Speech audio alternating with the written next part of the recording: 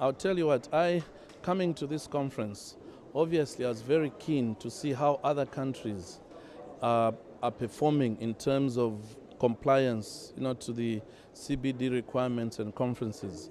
And obviously Zambia, we've had our own report in progress. So I was very keen, and I think I found that useful to hear how the other countries, what they're doing and the measures they're implementing. And I think to me that was the most useful outcome, at least of this conference. And also obviously I've had time to network, meet with my fellow ministers and other countries, again to share experiences of what's going on. So I think that puts me on a very good footing to see a Zambia where we are or where we are not. And I think that has been very, very, very useful. And after those discussions, where would you say the country of Zambia is at the moment in terms of your environmental regulations and progress towards, I guess, the Aichi targets? Correct. One aspect I think I found very pleasant in the sense of Zambia, I realized we're actually we're like starting off compared to the big countries. But among at least the least LDCs, the least developed countries, I think we are performing much better. What I think is very good is we have put in Zambia a framework. We're changing the institutional framework and the legislation to support this. And also as a country, we have said, and this is what I think I've seen is very significant in terms of funding and financing. Coming from Rio, the message there, obviously when we're going to Rio, as the developing countries, we're pushing to get more funding and more aid, from the so-called developed countries. But that wasn't forthcoming. And the developed countries are not in a hurry to commit. And it's the same message even here at the same conference. Now, one thing we decided as Zambia was that, look, the message is true because Rio, one of the recommendations or the outcomes was that each country should try and look at, their local programs and push them and fund them and do something on it. So as a country and the Zambia, and I remember pushing it, we said, look, let's take that message very seriously. Let's look for whatever financing we can, whatever funding we can, and start the program. Others, when they see we are serious, they'll jump on board. I'm happy to say that at least we've looked for some resources, and it was even in my country statement.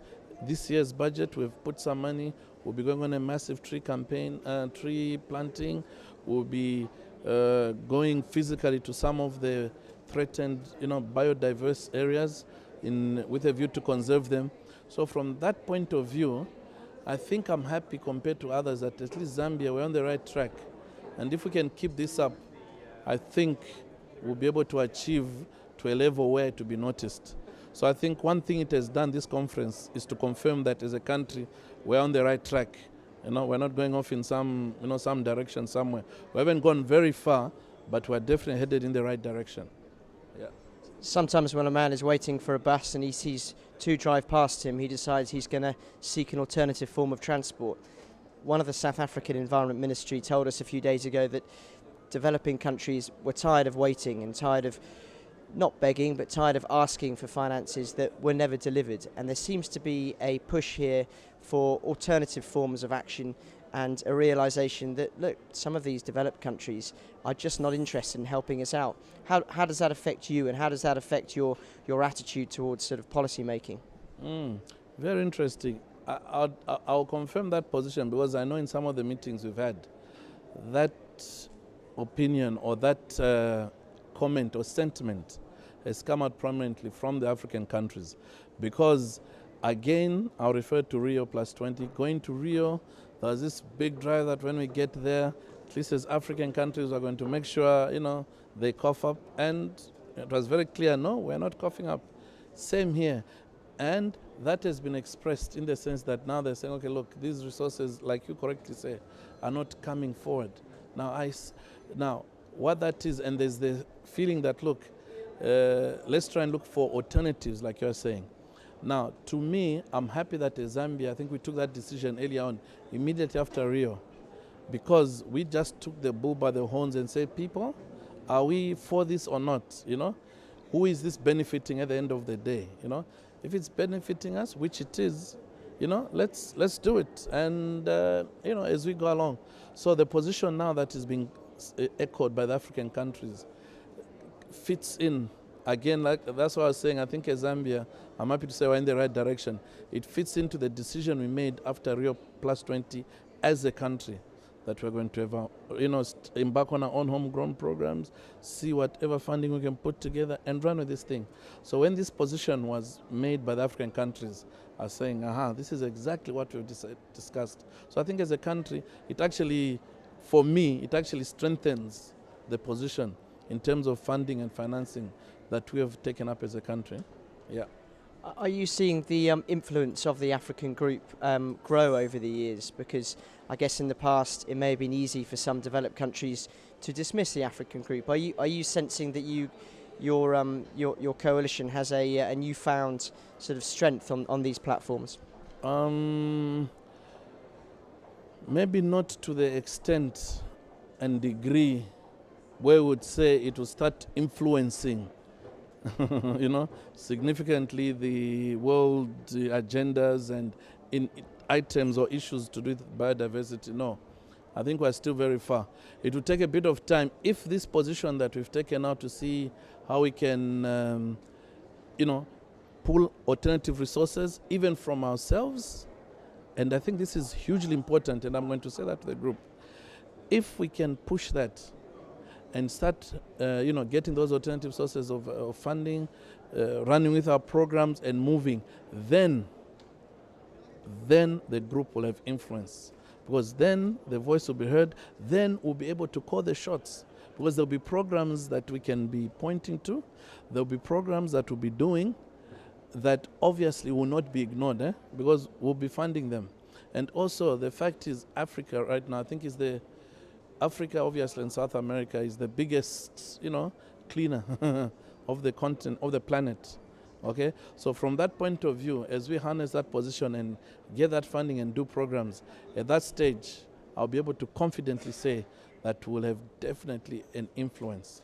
So this position that these African countries have taken, that with the African countries, I would like to push it in whatever capacity or influence I have, because that's what's going to create that influence that we'd like to see. But at the moment, no, I don't think so. As an environment minister, most of this year you must have been on planes going to various conferences around the world. What type of strain do these series of big conferences like Rio, like Hyderabad and like Doha in a month put on countries with smaller capacities? And is that something that perhaps not now but should be looked at in the long term? I think the biggest strain obviously is the cost of participation. And I mean, there's been talk that some countries have not attended this Hyderabad conference, and obviously people are not happy about that. I read an article today in the Indian Times, and there was a lot of talk. So the cost of participation, I think, to some, especially the smaller countries, is quite a strain. And you find that sending a minister, maybe the PS and a few other people, is a significant part of the ministry budget, and also the time away from from the country. Some countries also is quite a cost. So I think from that point of view and perspective, yes, that cost is there, and it would be useful, obviously, maybe for UN and the other organizing countries to somehow get involved and assist in there. So I think that would be positive and helpful. But other than that, consideration can be put also, especially for the developing countries, to bring them nearer. There's a tendency that most of these conferences take place, very far from the developing countries. So it would be good. I mean, right now we're campaigning for Namibia to sit there, to be the secretariat for the Green Climate Fund. I don't know if that will happen. Korea will most likely get, I don't know, let me not, So deliberate consideration should be done. That maybe some of the conferences like Africa, Southern Africa, bring them there, and that would help. But other than that, these conferences are very useful, and I think should not be missed at any cost, because these conferences, you get to plug into the world agenda. And my attending these conferences, I think that's when I got to appreciate how big and how serious an international agenda, these issues on biodiversity, climate change, etc. are. If I didn't attend these conferences, I probably would not have that appreciation. I've been to Rio, I've been here, and most likely will be in Doha. So that I think is important, because I go back to my country taking that message and having understood, which I think would be difficult without attending these. So they're hugely important. It's only a way of seeing how we can help those, less clued up countries in terms of budget and finances. Final question: What will be your message when you return to Zambia, when you meet your fellow ministers? What sort of key findings will you have for them?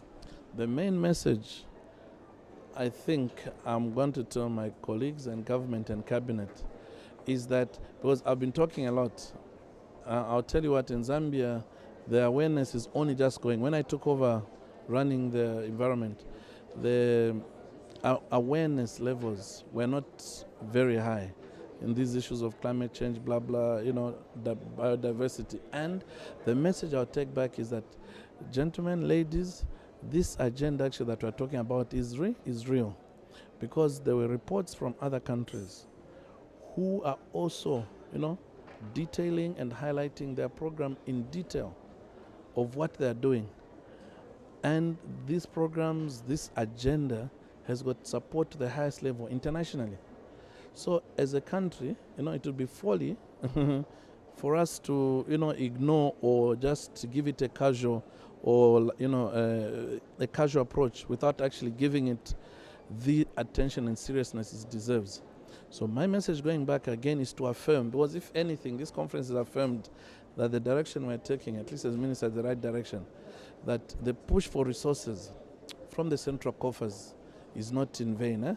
The push for support for programs like we'll be embarking, I'll be launching a huge national tree planting, to again affirm that, look, that's not in vain actually, because where I came from, there's serious programs. We had that tree planting and that was really neat. All the countries planting in one. I mean, that sends a very strong message. So again, going back, I said, look, we're citizens of the world. We can't be, even though we're small, we can't be isolated in our own little world and, plug our ears, put our head in the soil and pretend it's not happening. It's again to say we're citizens of the world, this is a real agenda, and let's do it. And also the other message, obviously, I would take is to encourage all the interest groups, especially the youths. We came with the leader of our youths, the Youth Climate Lombe is his name, and we realize that as government, obviously as government, we will not be able to do it alone. We need to embrace stakeholders, because that's another thing I've realized attending the meeting here. There are NGOs, there's this organization, there's this, all of them pulling in this. So it's not only for government. Actually, as government, we should, embrace stakeholders, interest groups to actually pull in. So for me, definitely, the youth, we are going to, and as government, I'll deliberately say that we need to help the youth looking at issues of environment and the climate change, etc. Even one of them we came with, so that even as we try and host, because we want to see if we can create a regional, body or regional conference, at least on the biodiversity and climate change issues, etc. Now, that obviously I'll give it a big support even to my fellow ministers, because we need that. Was through issues like that and getting the youth on board, instead of them just drinking, smoking and getting into all kinds of trouble, they pull into this agenda. It will help government, it will help the youth, and at the end of the day, it's a nation that benefit. So I'll be confirming that the agenda is correct. We must get involved. Also, I'll be affirming government support to groups like the youth, like the youth climate, the youths in charge of climate, even some whom we've come with. And that way, we know that we'll get results. And they're keen, and we're going to do it. Yeah.